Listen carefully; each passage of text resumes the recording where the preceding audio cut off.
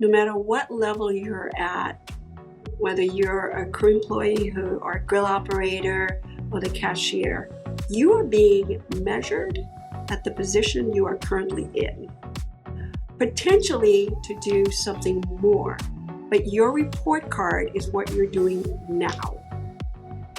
So if you have a desire to do more, which I hope you will, Chipotle, do your very best. Show up. Be ready to show your guests, to show your teammates that you are here, you're a team player. And when you experience, not if and when, you experience adversity throughout your career, just get back up. Welcome back to another episode of the Prosper Brief, the podcast dedicated to elevating the future of the food service and hospitality industry. I am your host, Jeremiah Wynn, and today I am sitting with a true industry leader, Lois Alexis-Collins, Chief People Officer for Field Operations at Chipotle Mexican Grill. With a deep passion for people, culture, and operational excellence, Lois brings a unique perspective to what it means to lead through change, develop high-performing teams, and build a workplace where purpose drives performance. Stay tuned. Attention emerging leaders in food service and hospitality. Are you ready to accelerate your career? If so, join us for the Accelerate Conference on October 22nd through the 24th at the Omni Hotel in Dallas, Texas. Gain insights from over 1,000 collective years of business and leadership experience. Engage in more than 30 focused breakout sessions. Be inspired by 5 empowering general sessions featuring industry experts. Don't miss this opportunity to build valuable connections and elevate your leadership talent to give your business the competitive edge it deserves. Register today at prosperaccelerate.com. Lois. Yes. How are you doing? I am doing great. Thanks for asking. You're welcome. So you're in Newport Beach? I am in beautiful Newport Beach, California. How's the weather out there right now? Oh, wow. It's gorgeous. Absolutely gorgeous. I believe we're in the 70s today. Not much humidity, a little foggy, but all things considered elsewhere, it's really nice. That's really great. Me and my wife, before we ended up moving to Phoenix, we were living in Reno, Nevada, and we had aspirations to one day live in Newport Beach. But at the time, I didn't even have a job. So our next best thing was Huntington Beach. And I ended up getting a job offer at a college in Long Beach. But it was this whole thing. But yeah, we ended up in Phoenix. But I do love that area. I love Orange County. I love the beaches there. I think Huntington Beach is like underrated. Like the beaches are so clean. And every time we go there, there's always a place to park. Like it's really nice. It's beautiful. It's How long have you beautiful. How long have you been out there? Almost 2 years. Okay. And I live right outside of Newport Beach, but almost 2 years. Very close. Where are you from originally? Well, I spent most of my career in Georgia, in the East. Yeah, but I was born and raised in I was born in the British Virgin Islands, little island Antigua. And I was raised in St. Thomas, the U.S. Virgin Islands, owned and run by the United States. And I moved up to the United States to attend university, attend college, and decided to stay. Met my husband here in Georgia and started my career from there on throughout the restaurant industry. What college did you go to? I started out at Rollins College in Orlando, Florida, and then I transferred to Clark Atlanta University, graduated from Clark Atlanta University with my bachelor's. And then I think maybe 3-4 years out, I attended, got my MBA from Marylhurst University. I love that you started on the islands and now here you are. You know, you're doing corporate things at the C-suite level. Was this always your dream and your aspirations to, do things at this type of level with corporate? I can't honestly say it would have been at the time I thought was on restaurants. I sort of fell into it right out of college. My goals at one point, my bachelor's degree is in political science. So my goal was actually to attend law school. And I was working over the summer and I had some school debt, student loans, and said, you know what, I really need to get a job, need to work. And so started working in talent acquisition for a staffing agency and then really quickly after that started working for in full talent acquisition at Waffle House. And that's really where I really broke ground and realized this is what I wanted to do. This is a space pretty much I wanted to be in throughout my career. So, talent acquisition at Waffle House. How did you end up falling into that particular? Exactly. So I worked for a temporary staffing agency during the summer once I decided to not go on to law school just yet. Actually, my goal was to pursue it later on. But a recruiter called me, and I was really taken back. The temporary staffing agencies was being bought out by another larger organization, and at the same time, they called me and just talking about a more longer term position, great opportunity. And if you've lived in Georgia, Waffle House is on every corner, sometimes one on each side of the highway. That are very well known. They're basically, that's where their corporate office is, and that's where they started. And so I knew who they were. I just never thought I'd be working for them. And so I started out as a recruiter. Just started out recruiting for Waffle House, and it was very untraditional than you do today. It was very much grassroots recruiting for the organization and recruiting candidates from some of the top schools in the country. Georgia Tech, Harvard. Wasn't your typical just put an ad in the paper. That was something the company really didn't believe in at the time. And so was very successful at it, very, very grateful that the leadership in the company saw something in me and really invested in my development. I actually attended Georgia Tech Management Development Program, certificate in management development, and just fell in love with the restaurant space. One of the things that I was really inspired by is, regardless of your role at that company, you literally had to go and work in the restaurants for several weeks and really understand the business itself. The leadership really believed in leadership by example. And so I not only learned how to recruit talent, but I also learned the business, the details of the work that requires for someone to be successful, the P&L, the talent pipeline, succession planning, the ebbs and flows of the business 24/7, 365. And so I worked there for about 7 years and worked my way up onto more leadership talent acquisition roles and then moved on from there. So, having ambition to do things legally, wanting to be a lawyer, whether that be in the courtroom or, just being a copywriter in the back room, was it uncomfortable to go from that to now all of a sudden you're going from college and university, you're trying to get people to buy into this new organization? Was that uncomfortable for you at first? Well, I have a very outgoing personality and I love connecting with people. So I think initially when anything, when it happens the first couple times or you do a couple job fairs, after a while, you're basically having a conversation. And that's the way I looked at it. I never approached someone very aggressively, was more curious to understand what their career goals and career paths were. Recruited from a lot of universities throughout the country.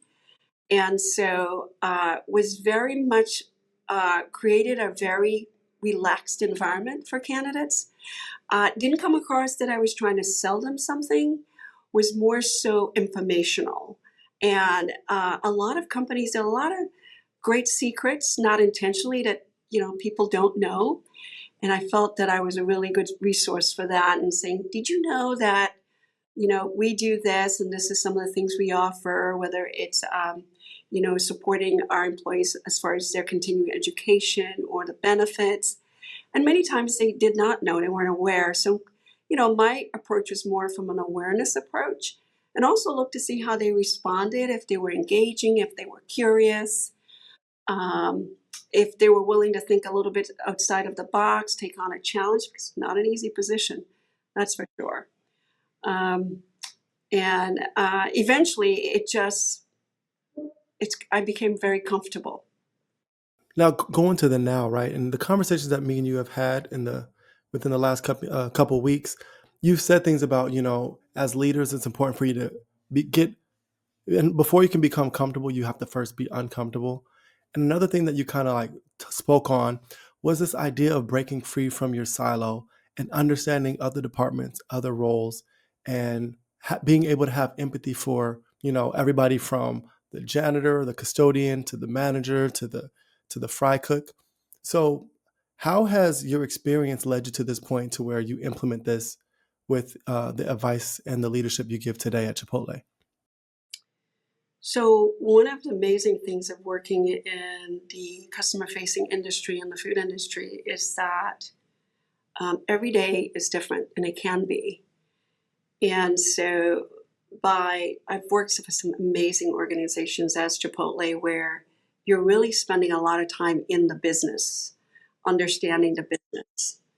And so I essentially, whether it's being in the restaurants and trying to understand the day-to-day operations of the business and trying to remove distractions from our managers, creating tools and resources for them more effectively, or collaborating with someone at our corporate office here who is working on a project regarding something that eventually we will escalate down towards the restaurant.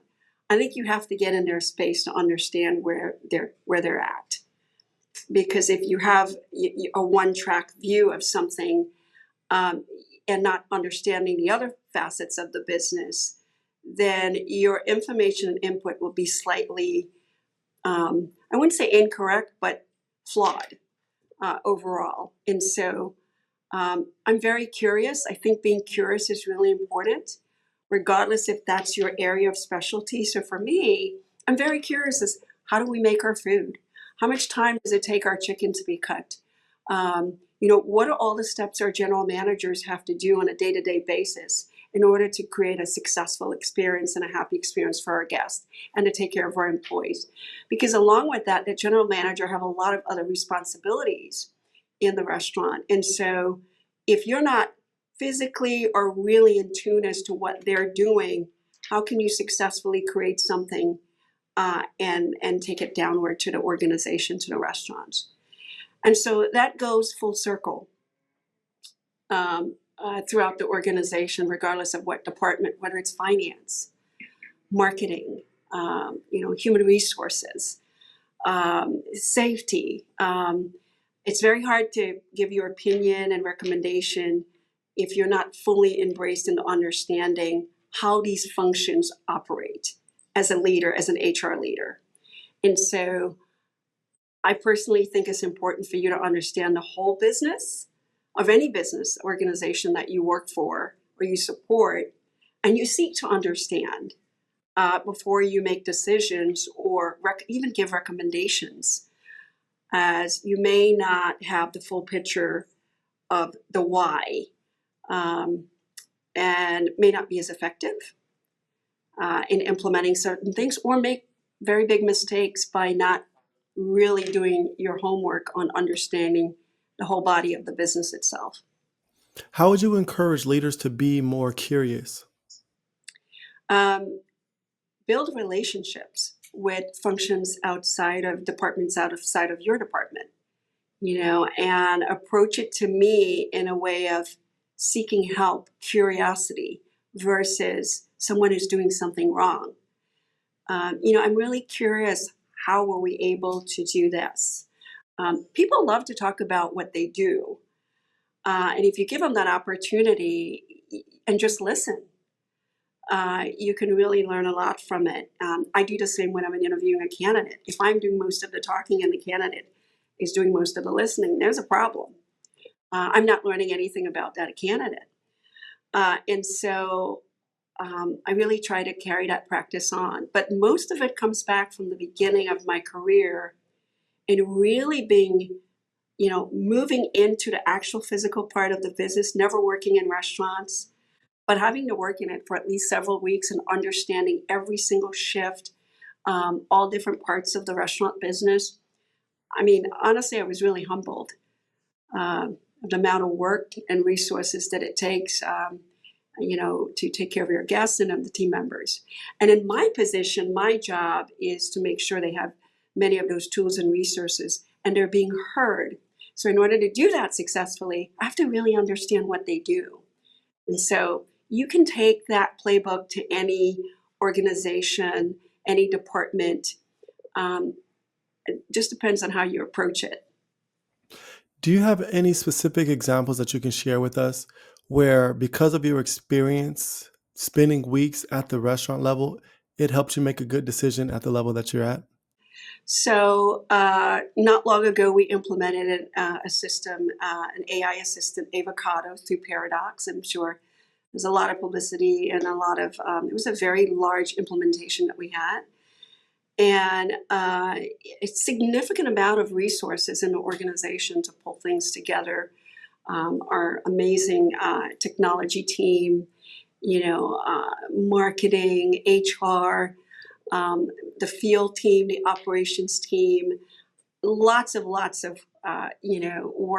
behind the scenes to have a very effective rollout. But it was also really critical because it was an applicant system. And so if something would go awry, we could literally shut our system down, our hiring process down. And that's not that's not something a position you want to be in. At the influx of the magnitude of candidates that we recruit on a daily basis, and especially during some of our really, really peak seasons. And so lots of responsibility and pressure to make sure you're making the right calls, and lots of feedback and input from a multitude of different, functional teams through the organization. And one of the things that I wanted to make sure was done wherever we landed was that we went through what we call a stage gate process. And what that process basically is that it's significantly important that before we push the button for the entire organization, we're going to test this in smaller increments in case there are some unexpected failures throughout the system, whether it's through technology or something. And so I actually personally flew down to the market that we decided we would test this in, where we chose 7 restaurants, a patch at the time it was about 7. And on day 1, being face-to-face in the restaurant that was pushing that button in to turn Paradox on, Avocado. And it was amazing. However, initially, we had some things that, from just pushing the button with 7, we had some things that definitely we needed to take care of before we pushed the button for 3,700 restaurants. And that was the perfect example for me of working cross collaboration with our functional leaders, whether it's our IT department or marketing department or HR, anyone, to say, hey, this is something that is really important that we do first. And it was embraced very well. And so if there was something that did go wrong that was at a larger magnitude, if we had 3,700 restaurants shut down and not able to recruit, that would be a significant problem for us. So that's why it's so important. And I knew that, one, from overseeing the talent acquisition piece, and understanding that technology is amazing, but there are instances where things can go awry, and I wanted the least amount of damage to our business and to our guest experience and to our employees happening. And by collaborating with all the different departments, we were able to successfully implement this new system, which is doing extremely well right now. That's great. Congratulations on this. I have a question. As you're talking about this, so I see you, right? You're now inside the store. You're seeing how it's working. How do you empower those managers to feel like if there is an issue with something that was implemented, that they can reach back up and actually have a conversation and impact change in the organization? So there's a multitude of things that we do as a company to make sure that we're staying very close to the business itself and our employees. Obviously, we have different layers of leadership in the organization. For me personally, I do what we call roundtables and market visits. Even just recently, I've been traveling for about 3 consecutive weeks, visiting and touring different markets.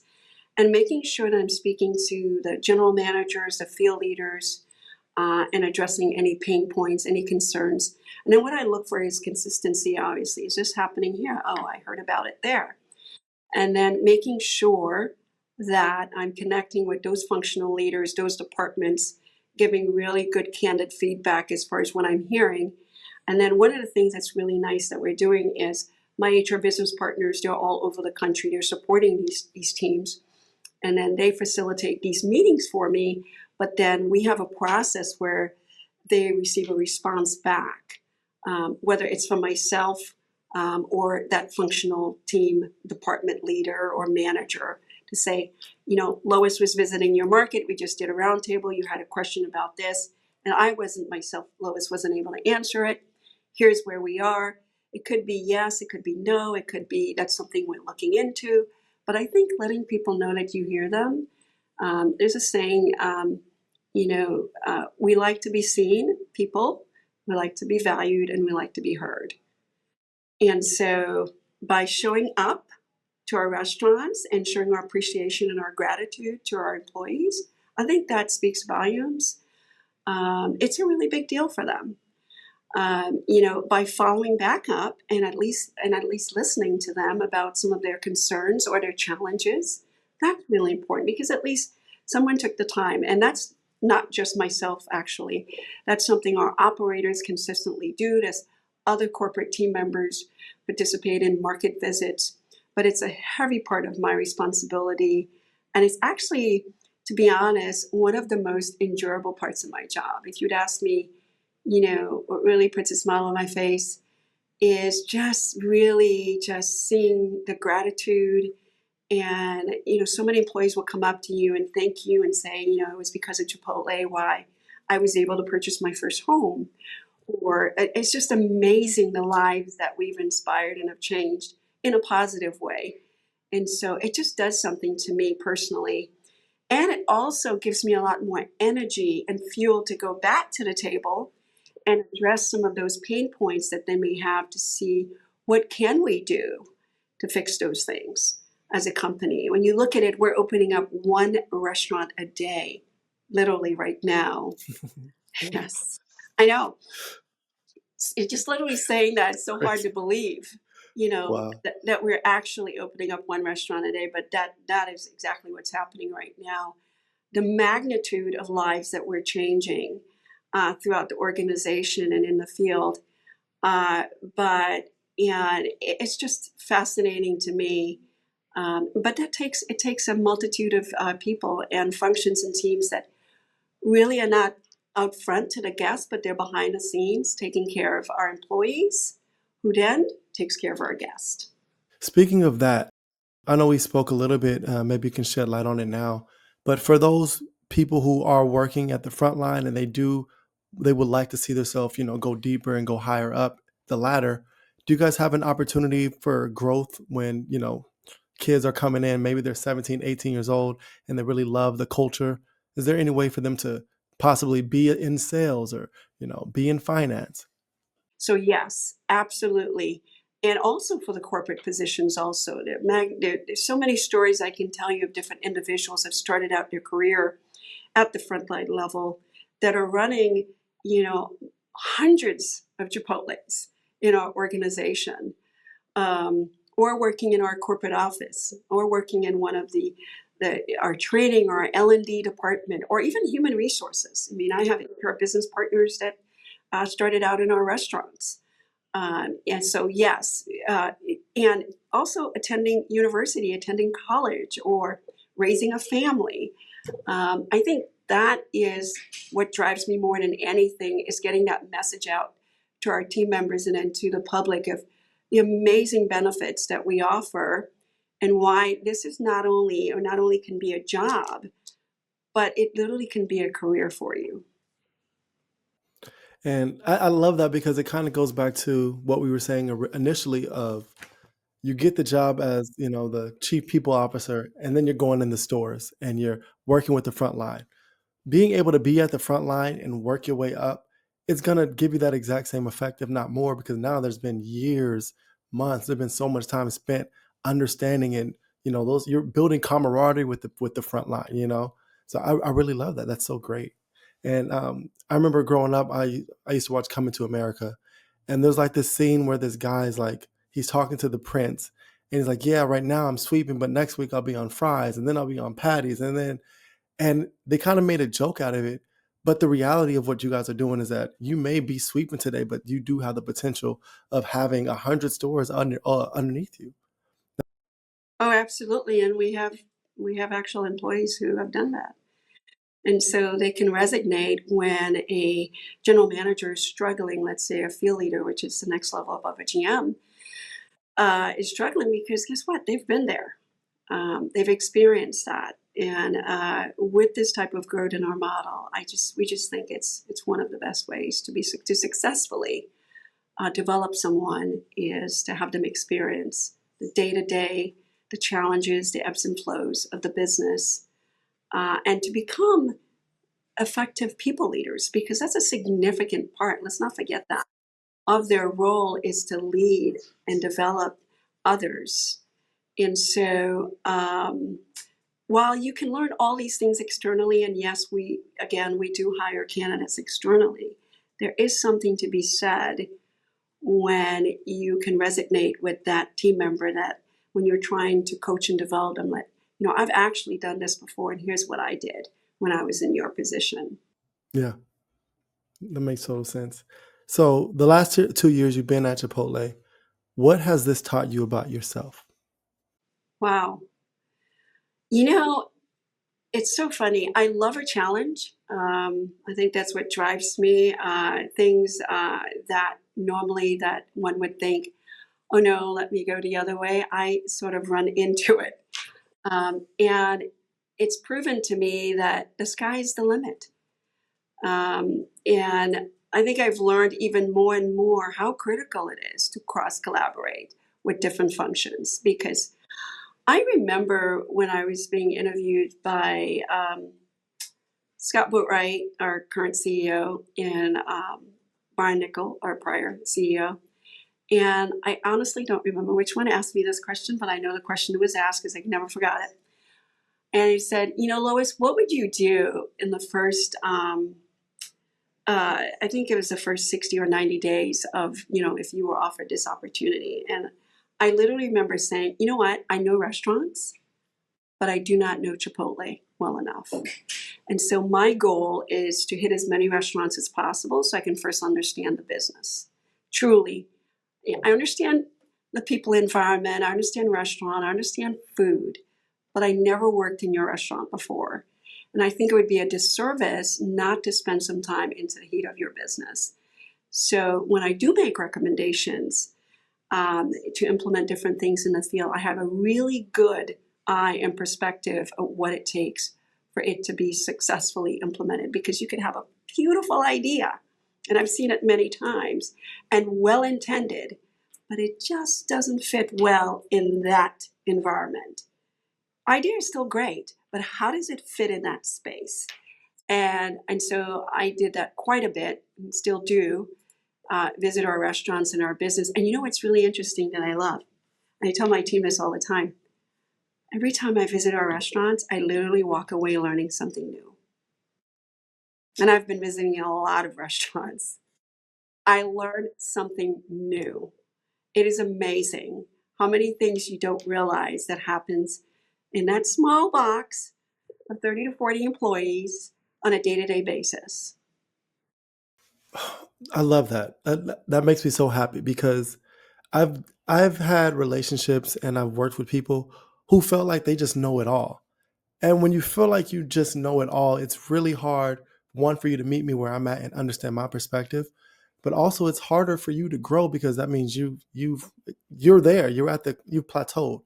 What would you say to leaders who feel like they do know it all, or maybe they don't feel that way, but they refuse to like learn more, or they feel like they're not learning anything new?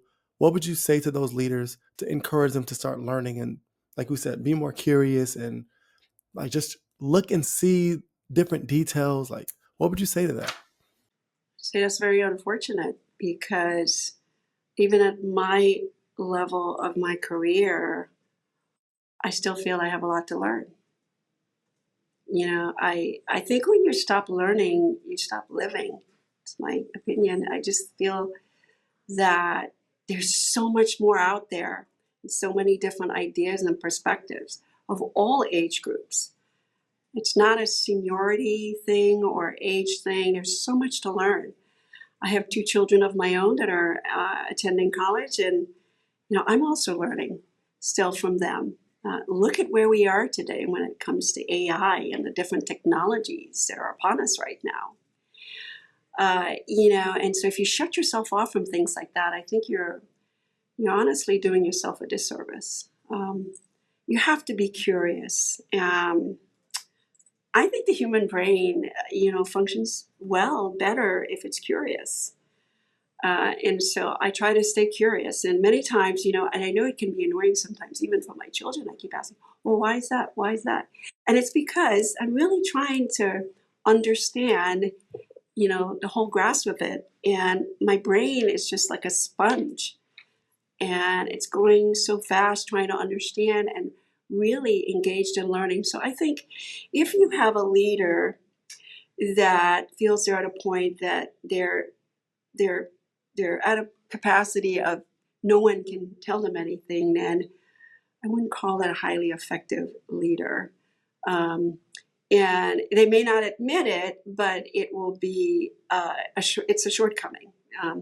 You can learn from a 5-year-old, right? You can learn from a millennial, a teenager. So now you may have deep knowledge based on your expertise and experience, and that shouldn't, that's really important. That's critical. But there are other ways of doing things. And I think you just have to keep an open mind and to listen. First of all, listen. Give them the opportunity, the other person, to hear them out. And then decide if it's something that you'd like to consider on further. That's great. That's really, really well spoken. Do you feel if someone's at a place where they feel like it's not even from a place of arrogance, but there's just nothing more that they can learn, do you feel like that's a sign that they need to go and maybe venture out and do something different? Yeah, they need a challenge. And I don't think it's anything wrong letting your manager know that. We all have different personalities or different things that drives us. And so maybe that's taking on additional responsibility. Maybe that's making it clear and asking, I really love what I'm doing, but I really feel I could do more, and here's why. Just don't say you feel like doing more because you've been here 20 years. Be able to constructively show those accomplishments and those challenges that you've overcome and those projects that you've successfully completed. There's nothing more than having an ambitious, talented employee that would love to do more. But you also have to be the voice for yourself. While companies such as ours, we have many different L&D, learning and development programs and initiatives that encourages it. I would tell that employee, take it also upon yourself to let your manager know where you are at the spectrum in your career and what your goals are, what you're hoping to achieve. And be okay with accepting constructive feedback, because there might be some self-reflection that you need. That you may feel that you're here and really you're not there yet and you're struggling. And if you have a pretty good, most leaders, they'll be candid and say, you know what, I really think you're doing a great job here.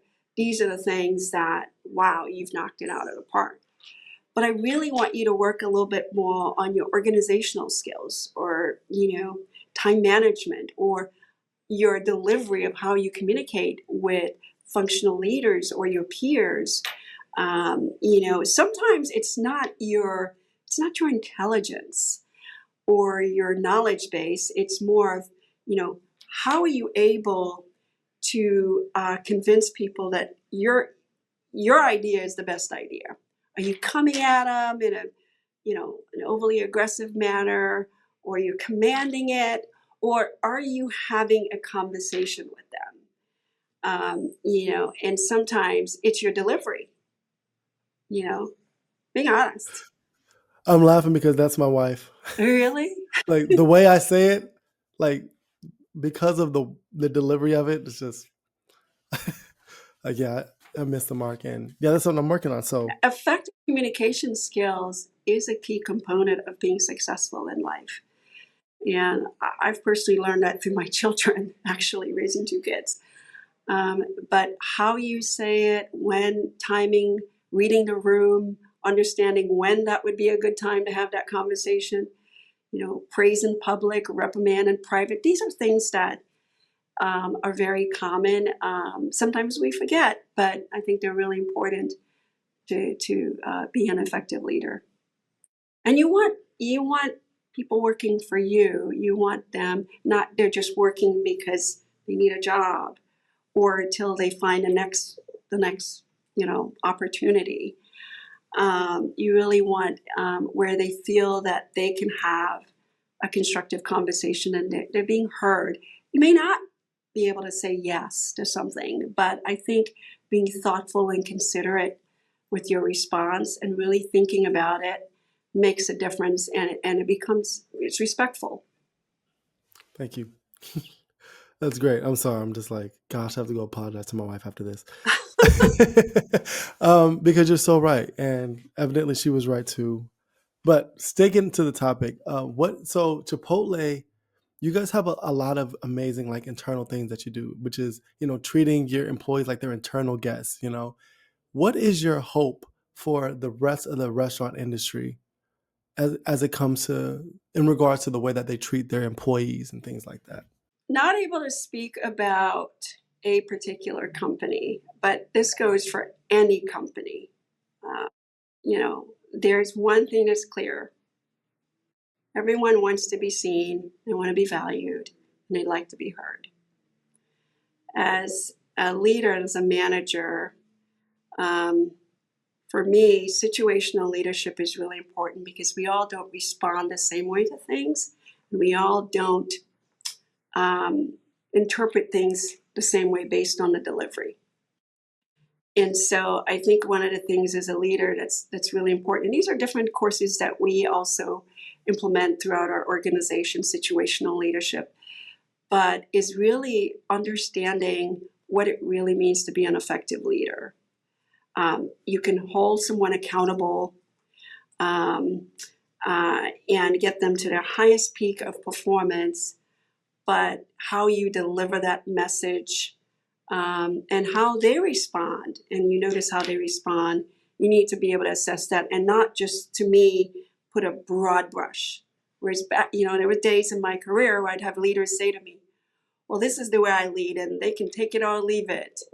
And obviously, that's not a long-term strategy to retain talent. Situational leadership is important, and as an effective leader, I think is important. So that's whether you're in restaurants or you lead your people leader in any facet of society. I think what we try to do is, we really feel that we're doing significant headway on how people enjoy our delicious food. But we know the most important thing is that those employees that are sitting at that line that's serving that food, they're a value proposition for our organization. One of the things that I've learned being in human resources for such a long time is having difficult conversations for all levels is not easy. And it's not easy having those conversations. Do you get more comfortable? Well, I'm in human resources, so there are times that more times than ever, I've had to have some difficult conversations. So it's trained and learned, and so forth. And that's the advice that I'm giving the audience is just based on my own professional, personal experience. And so accountability doesn't mean that you say nothing. You're not holding them accountable. You're holding them accountable, but it absolutely means that you want to be transparent from where you're sitting, where they're sitting. Because sometimes it's not reciprocal. They're thinking one thing, they're here, and you're thinking, by gosh, you've got a lot of work to do on this. Here's what I need to see. But you should say that. You should be specific about what those things are that they need to work on. And we all need to work on things. I have things I need to work on. There's no perfection here. Human to human conversations, when done, in kind, with accountability, is still very effective. In your role, having to have these tough conversations consistently, um, and I feel like what I'm getting from this conversation is the biggest thing you do because you're curious, because you listen and you allow others to feel seen and heard and valued. It does create the context to where you would know how to approach someone, right? Like you know how to approach this particular employee because you have a relationship. What was the most difficult time that you had when you first started in these type of roles of dealing with HR, dealing with these, you're the one who comes with, hey, HR is coming. You may or may have done something wrong. How did you get comfortable in that space? Yeah. So first of all, that's one of the biggest misnomers about human resources. All we do is hire and fire, which is completely not the case. We like to do less of the firing or the separating, but there are times you have to help someone find their happiness elsewhere, and it's just not a good fit, reciprocal.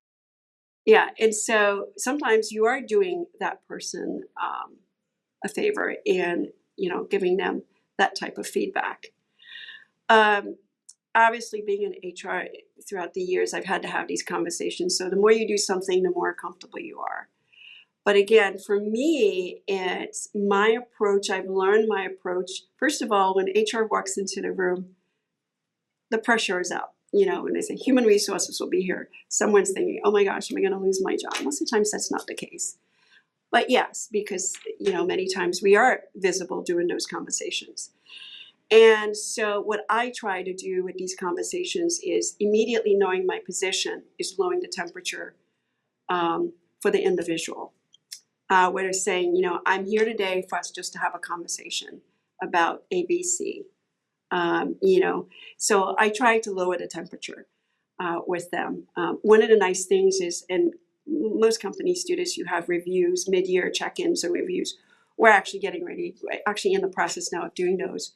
And the whole point of that is when someone at the end of the year is getting a final review for the 2025, for me, I don't want any surprises from my directs that whatever that rating or that assessment were, or that feedback, that they were taken back because there was no conversation throughout the year. I think that is not good at all. I think having those continuous check-ins and conversations, if in fact that you have to have a difficult one at the end of the performance year, it should not be a surprise. And sometimes I've said that to my team. I personally don't like those kind of surprises. So I'd like to be told where I'm at, how am I doing, what do I need to self-correct or bring awareness to. And I really try to over-communicate to my team where we sit as a team. And we're a team. Their success is my success. Their failure is also my failure. And I look at it like that. So I think, again, it goes back to the approach word. How you approach the messaging when you're having these conversations. And in being human resources, yes, the temperature is risen because you're HR. But I try to lower that temperature first so we can really have a constructive conversation. As we're getting ready to wrap up, I just have one last question for you, which is, because this is obviously Prosper and we're all about the future of the food service and hospitality industry. Yes. What advice would you give to emerging leaders or even people who are fresh out of college, who are looking to pursue a career in this industry with hopes of one day being at the VP level, the director level, even the C-suite level? No matter what level you're at, whether you're a crew employee or a grill operator or the cashier, and I tell my kids the same thing. You are being measured at the position you are currently in, potentially to do something more, but your report card is what you're doing now. So if you have a desire to do more, which I hope you will, Chipotle, do your very best. Show up. Be ready to show your guests, to show your teammates that you are here, you're a team player. And when you experience, not if and when, you experience adversity throughout your career, just get back up. My own advice to find someone that you honestly can confide in and speak to and bounce off of. And it's not exactly the person that's going to always agree with you. The person that would challenge you. To say, you know what? You're my friend, but I kind of think your boss was right. In this case. Maybe you shouldn't have raised your voice at the employee or that sort of thing. Have someone. That's one of the things that I have been extremely fortunate that I've had some amazing 2 mentors in my entire career that's to this day are individuals at very senior levels throughout their careers, very successful, but also others that are where they need to be that I confide in. And did I approach this right? And I want you to be honest with me. Just don't tell me what I want to hear. And so I think you need to find someone, whether it's at work, outside of work, in some organization or group within that space to give you some guidance, mentorship. And then the other thing is, look back when you are in that position. Who else can you develop? Become a mentor for and give advice and coach. Because that's the way we're going to be able to do this successfully, overall. So fall down, pick yourself up. It was just a scratch. Put a Band-Aid on it. This too shall pass. It may seem like it's the end of the world, but it's not. And just keep moving. Lois, thank you so much for that amazing advice. This has been such a great episode. I'm so encouraged and motivated, and I've been taking notes this entire time. So Okay. I have a lot of homework that I have to do because, like you said, I want to be a great leader.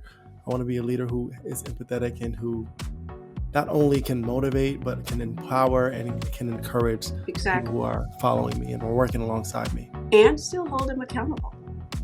And hold them accountable. You could still do both. Yeah. Thank you. Thank you. We hope you found valuable takeaways to apply in your own organizations. If you enjoyed this episode, be sure to subscribe to the Prosper Brief on your favorite podcast platform. We'll see you next time here on the Prosper Brief.